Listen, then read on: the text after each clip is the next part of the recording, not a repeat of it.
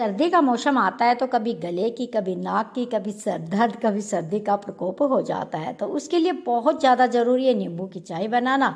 तो नींबू की चाय बनाने के लिए गैस पे हम पानी रखते हैं और अदरक को हम कूटते हैं। अदरक को कूट के हम गर्म पानी में डाल देंगे, चाय पत्ती डालेंगे, चीनी की जगह पर आप यहाँ पे गुड़ का इस्तेमाल भी कर सकते हो, क्योंकि जो अदरक है ना, ये हमारी दबी हुई नसों को खोल देती है, सर्दी जुकाम से भी हमें राहत देती है। अदरक, चाय पत्ती, चीनी डाल के अच्छे से उबाल लेंगे, गैस को बंद करेंगे, फिर नींबू निचोड़ेंगे। ये चाय को हम रात को अगर पी के सोते हैं ना, तो हमारे हाथ पैर, गला, सर दर्द सब बहुत ही बढ़िया रहते हैं, दबी हुई नसें भी इससे खुल जाती है।